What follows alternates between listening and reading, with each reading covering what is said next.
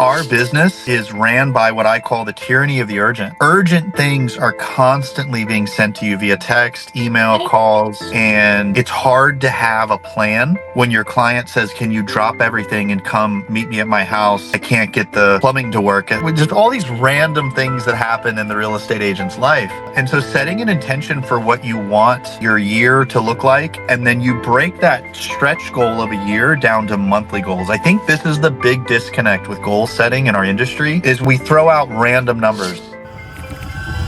But my name is Barry Jenkins, and I am a team leader in Virginia Beach. I've got 80-ish agents in my teamerage, and I wrote a best-selling book called Too Nice for Sales. So the team at Meskula asked me to spend some time each week with their users, you guys, to apply the principles that have made my business a success, and also what has made the book such a wildly popular topic. Sorry, I'm putting my phone on Do Not Disturb. So this is about you guys, right? So I could talk for 30 minutes very easily, but I have found what moves the needle the most is when each of you think about your businesses.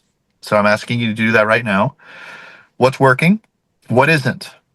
This is a time to celebrate what's working. And maybe sometimes as you guys celebrate that's working, I give you some details on how to move the needle with that success. Like, oh, I finally got a listing appointment, right? And then also more commonly, the struggles. What isn't working? People aren't returning the calls. I can't get the seller to list the home after I met with them.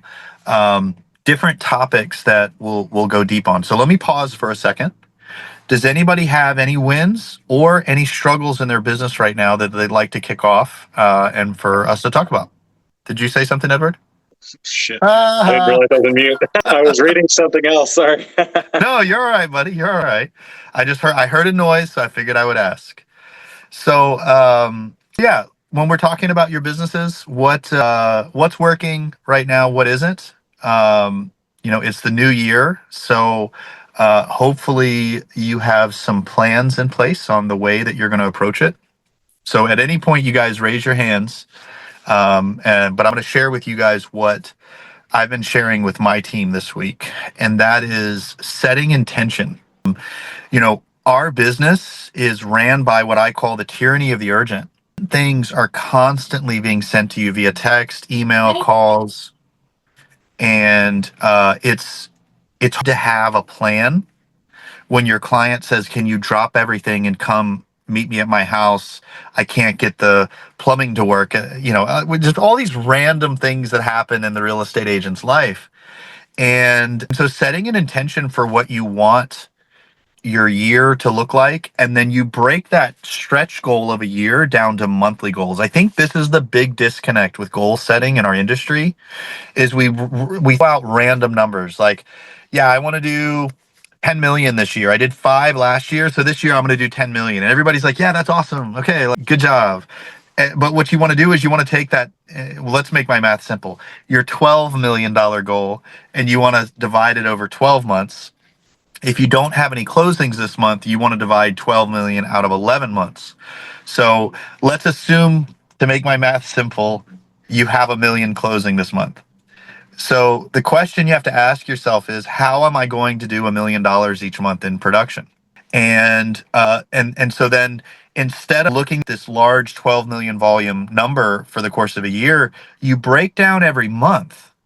What are my income producing activities? Right? So lead follow-up should be one of them, right?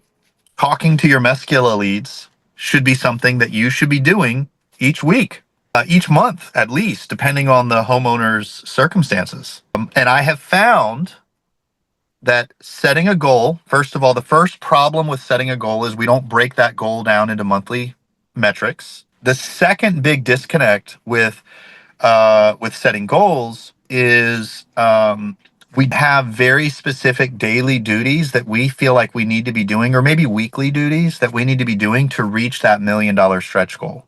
The biggest one I see as a problem in our industry is lead nurture. The volume, if you've been buying leads 60 days from any lead gen provider, you're always going to have more people that aren't ready or not interested than you do have people that are interested, right? There's going to be more people that say, not right now, leave me alone, than there are people that say, yes, please come over. Right. I mean, I think that that's reasonable. So when you look at people that aren't ready or are dismissive of your services, if you can learn how to be relevant to these people, you can have a cadence of communication. So relevant, you have a cadence of communication, right? And you have persistence, meaning you don't give up after a month or two.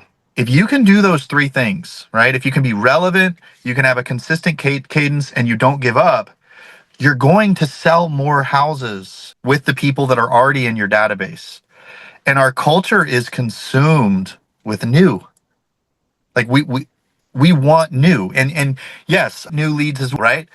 But the only thing better than a new lead is an old lead that you've spoken with that hasn't sold their home yet. That's actually my favorite kind of lead.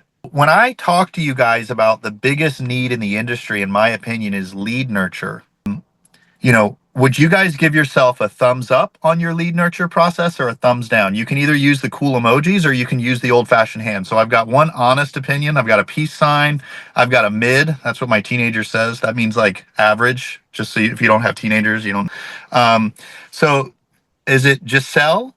Is that how you pronounce your name? All right. You're going to unmute. All right. Don't worry. It's going to be okay. So did I pronounce your name right? Yep, that's correct. Okay. So, why would you feel like that your lead nurture is not what you would want it to be? Because I am self-diagnosed with ADD. So Okay. if like I don't get a response like the first time or first two times I try to reach out, I just kind of like move on to the next type thing and then Sure. forget about them. So Two things about that. One, whether you like him or not is a separate discussion. Elon Musk has started some pretty successful companies, and he attributes a lot of his success to his ADD. Have you ever heard him talk about it? I'm self-diagnosed. But I do That's like okay. him. Yeah. Yes, I have heard him mention it. Yeah. And he says because of his ADD, he is able to, so he's easily distracted, but when he decides to focus on something, he becomes somewhat obsessed for a little while until he gets distracted again, right? And so I kind of want you to into that, right? Mhm. I think that first of all, I want you to know it's very normal for agents to call a couple times and move on, because you're always going to get someone else new. So it's actually a mindset. I tried a couple times. They obviously aren't interested, but I've always got someone new, so I'll try a couple times with them, right? So it's this mindset of saying, all right, well, I'll keep trying until I get someone that wants to talk to me. And actually, I think you should continue to do that. But I think that if you're being transparent with yourself, there's going to be times and gaps in your schedule where you don't have any new leads that you haven't called recently, and you don't have any clients that are super demanding right now. And I think you need to start to have the mindset that one time block a week, maybe it's just for an hour, you're going to go through all of the leads that never responded to you, and you're going to think about something that's valuable, generally speaking, for homeowners in your market. I'll give you an example. So you've been getting leads all week. You wake up Thursday morning, you notice you don't have any client appointments, you don't have any meetings or trainings, and you've got a couple of hours, right? Hopefully one day you'll schedule this ahead of time, but I'm just being practical. You wake up, you don't have anything going on. What you're going to want to do is you're going to want to make the decision to send something valuable to all of the people that never responded to you. An example of this would be like a blog article on things to get ready for your home, right? Or you could Google, like in my city, Virginia Beach, I could Google Virginia Beach home values and see if maybe there's an article on CNN or NBC about home values across the country. It might not be for Virginia Beach, but it could be across the country. A company that I really like for lead nurture is a company called Keeping Current Matters. I think they're like $20 a month for their base plan, and all they do is create content. And every month, I don't have any. I don't make anything if you buy that. By the way, I'm not connected to that company. But each month do a 20-minute like video teaching you the market, and then they take slides from that 20-minute webinar and they give it to you to brand. So my agents take those slides. A really popular one for homeowners is all the mortgage company predictions of what's going to happen in the next 6 months with mortgages. Keeping Current Matters, or KCM is the name of the company. And so you grab one of those slides, right? Hey, John, I was going through all of my clients and updating them on what the market is doing. Here's an image, or actually, I wouldn't even say that. I would say, hey, John, there's been an update to mortgage applications in the first quarter of this year. They've got some interesting predictions on the Virginia Beach real estate market. Would you like me to send you the info? Right? So I'm not going to send them the info. I'm going to tell them that I have something that's interesting that impacts them, and I'm going to ask them if they want me to send it to them. The goal here is actually to get them to say yes or no. And if they say yes, one word, just like yes, perfect. Do you want me to text or email that? They'll probably say text. And then you'll say, great, I'll send it over. When do you have 5 minutes to discuss this? That's it. That's it. So let's reverse engineer what I just did. I found a piece that I thought, in my professional opinion, is relevant to a homeowner. Things that are relevant to homeowners are what their home's worth, what changes are coming in the local market, right? Like those are all things that they care about. And then I dangle it in front of them via text or via call in hopes of having a conversation with them. If you just send it to them, they literally have no reason to talk to you. Okay. And if we're being honest, most of them don't want to talk to you. But when you have something that's valuable and interesting, they're open to a 5-minute discussion. So let me pause for a second. Does anyone, including you, Giselle, does anyone have any questions about what I just went over with regards to kicking off a lead nurture campaign for your database? Okay. So I will tell you. So as I said, I have 80 agents. I make more money old leads as a business than I do new leads. So when you start to do this, what you're going to find is you're going to start to see that there's a lot of value in this exercise, that this isn't just like but it's probably going to suck for a little while. Okay. It just is. And I told this story to my agents. 2 years ago, I started doing hot yoga. And I have horrible balance. I'm 6'4", 6'5". I really don't like being sweaty. I'm very inflexible, like really bad. And I don't like being close to people. On paper, there was like literally no reason that I should be doing hot yoga, okay?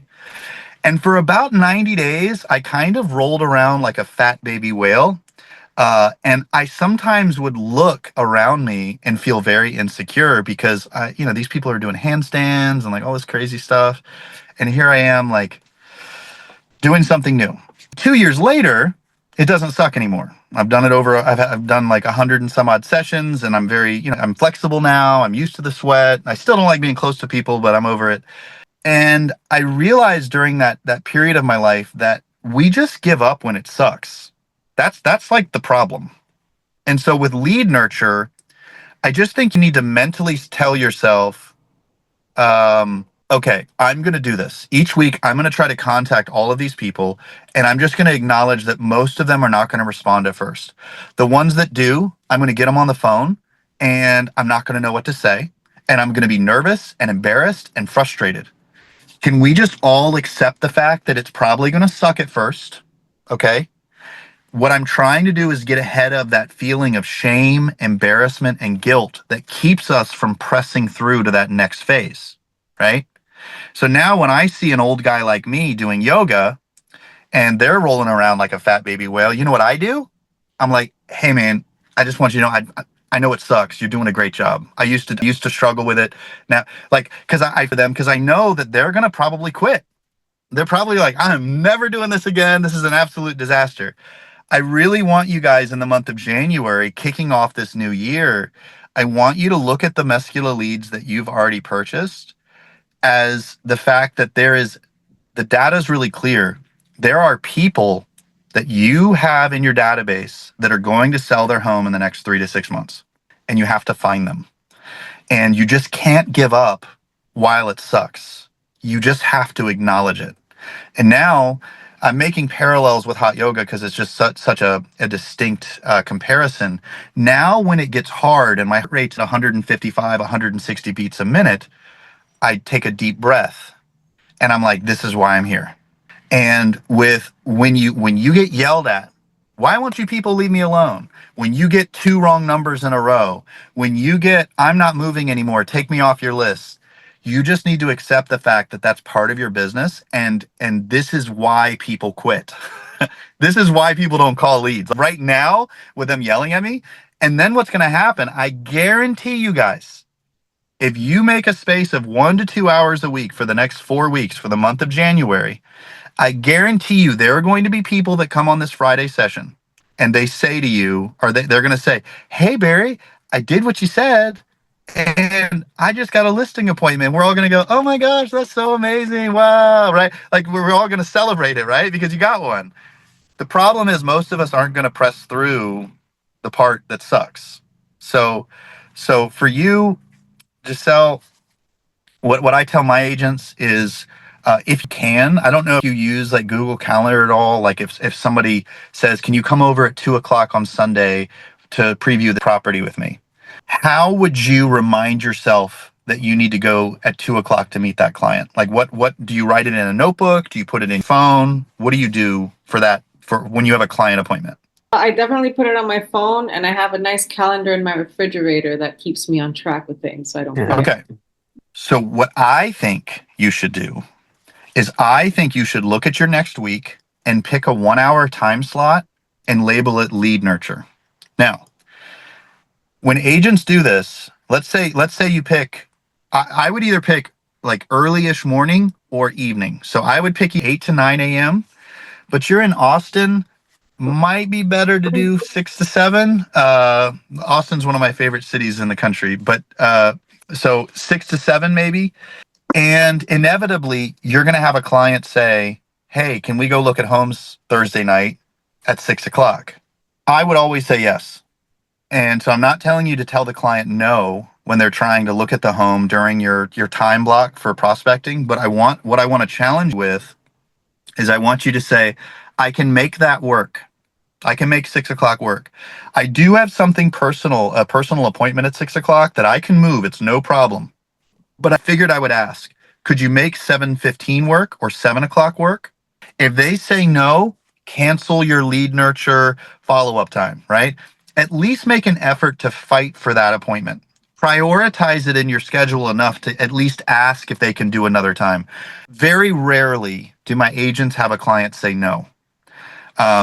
And by starting the conversation with, I can make that work. However, move it back an hour. What you'll find is most people will be willing to accommodate you, and it doesn't come across in a you're too busy, because that's what agents are worried about. Agents are worried about saying no, want to tick their clients off. So by saying yes and can we move it, you avoid that feeling of letting them down, but you actually start to prioritize the lead follow-up. And if you guys will do this over the next 4 weeks, at least an hour each week of contacting your old leads, I guarantee you're going to get some additional listing appointments that you lost previously. Let me pause for a second. I'm talking more than I normally do, but I can tell, it's the new year. I got to help you guys dust off the keyboard a little bit. Does anybody have any questions about what I've gone over so far? All right. Does anybody, and it's okay if you're not ready to, I'm the non-committal type. So if this circumstance was reversed, and what I'm about to ask, if I was in your shoes, I wouldn't say yes. So I'm going to be honest with you. I won't be disappointed because I don't. Anyway, is anybody willing to commit at least an hour each week for the month of January to lead nurture? Victor will. I got you, Barry. I'll do it. All right. Okay. You guys are much better than me. I got Habib is raising his hand. Susan. Okay. Don't just do it because everybody else is doing it. Y'all are for real? You're actually going to do it? Giselle, you're going to do it as well? All right. So let's talk about this. So you guys are going to do it. It's going to work. Okay. You're going to pick each week a piece of valuable content. you're going to contact these people and say, I've got this thing that I think you're really going to like. And, don't say it that way, but, you get the gist. They're going to say, and you're going to ask, how would you like me to send it, text or email? They're going to tell you. And then if it is a text conversation, I want you to ask, when do you have 5 minutes to discuss it? If you're already talking to them, it's going to be a little bit different. But if you're texting them and they say, yes, and you say, great, when do you have 5 minutes to discuss it? And then they're going to let you know when you have 5 minutes to discuss it. You're going to get them on the phone. So at this point, you either are talking to them and they said, yes, send it, or you texted them and they say, yes, I have 5 minutes to discuss. If you're already talking to them and they say, yeah, send it to me, what I want you to do is I want you to say, great, I'm going to shoot that over. And then I want you to use this phrase, while I've got you. Hey, while I've got you, right? Now we're going to segue into what we really wanted to talk about, which is they own this house and I kind of hope they sell it soon, right? And so when you get them on the phone, so that they already on the phone, it's while I've got you. If it's when you have 5 minutes to chat and they say 6 o'clock, you call them, they answer. Okay, great. Yeah, I'm really excited about this piece of content because it gives you insight into buyer activity and I think you're really going to like it. You asked me to text it. I'm texting it over to you now. Hey, while I've got you, so it's the same thing. It's just subtly different. In both instances, you are calling a stale lead. You're leading the conversation with an item of value. This is so important. If you guys are calling leads and using phrases like touching base, seeing how it's going, checking in, no more. Okay, you're not allowed to do that anymore. That's actually annoying. So I'm going to do you a favor and just tell you, nobody likes to be checked on except from like their family and friends. Salespeople being checked on is a buzzword for I will never answer the phone if you call me again. Like they don't want to be checked on. They're going to say to you, I'll call you when I'm ready. That's like the kiss of death, right? So you lead with value so that next month when you contact them and you have a new item of value, right? And that's hard, by the way. Coming up with an item of value each month is not easy. But when you get it, that's why I like the Keeping Current Matters, because you can kind of pick and choose what content you want to send. And so then after you get them on the phone, if it's first conversation, I'm going to ask them to tell me about. So I'm going to ask them, have you done any updates? Why did you move into the neighborhood? So have you done any updates? Why did you move into the neighborhood? What was it that caught your eye about the home that you're in? And let them tell you their story. Okay, these are really good questions to break that awkward feeling. What I'm hoping is by asking them questions like, have you done any updates? I hope that they gush all over you with everything they've done. But let's say worst case scenario, they're like, nah, I haven't done anything. Got it. And in your head, you're like, okay, this person doesn't want to me. Okay, well, you've been in that home for 5 years. Like, what was it about that property that caught your eye? Like, what is it you love about it, right? And you're just hoping that they share details. Why? Because I want you to have a chance to be a human on the phone. Right now, they see you as a salesperson. So if they say things that include any hobbies like gardening or sports, or they say anything about family, children, dogs, cousins, brothers, if they say anything about work, commute, type of job, a question I like to ask when they talk about their job, like, what industry are you in? I don't ask them, where do you work, right? Because it's so personal and they don't know me yet. So, oh, yeah, you have a commute to work. What industry do you work in, right? I'm hoping, and then I'm going to relate to them. I'm going to share details about my life. If I have a dog or children or what I do for fun or hobbies, so that I can relate to them. I'm going to probably use the question I've taught you guys a few other times, and I want you to remember this. I'm giving you these questions because I'm anticipating the lead nurture working. And I'm trying to avoid that scenario where you're like, yeah, I got some people on the phone, but they all said they weren't ready. You've got to ask lots of questions. That's the point of this little talk right now. You have to ask really good questions to surface and make a connection. And authenticity is one of the most compelling character traits a salesperson can have in our culture. So as they share details about their life, you get to share that you're an authentic human, that you have likes and dislikes, that you have a personality, right?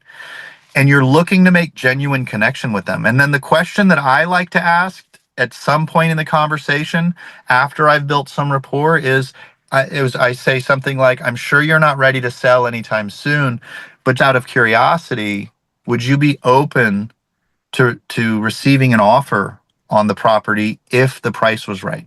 I didn't ask them if they'd be willing to move. I didn't ask them if they'd be willing to sell. I asked them if would they be willing to look at an offer if the price was right. It's a very low level urgency. Has anybody used that question yet? Because there's a couple of familiar faces. Melissa, you're nodding your head yes. I don't need, like, I actually just want to know, like, from your perspective, has the question worked or has it failed for you? Has it opened up conversations at all? Not yet? No, not yet. They just, when I say it, they'll say a question, like they'll just go on to something else. They don't want to answer it. Okay. You asked them if the price was right, would you be open to selling? And they dodged the question and asked something else. Okay. All right. So if that happens inside of my mind, I know I just made them uncomfortable, right? And so what I'm going to do then is I'm probably going to ask a follow-up question and go a different direction, right?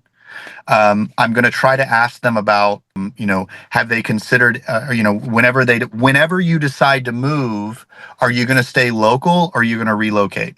So I'm going to ask the same question, but completely differently, right? I'm going to ask them to talk about where they want to live next. I'm hoping that I can get them to dream. But when you ask them a question and they dodge it quickly, you can't ask a follow-up question similar right away. So when they dodge the question and ask you a question, I want you to, like, be really excited about whatever they're asking you. So if they're like, hey, has anybody talked to you about the taxes lately?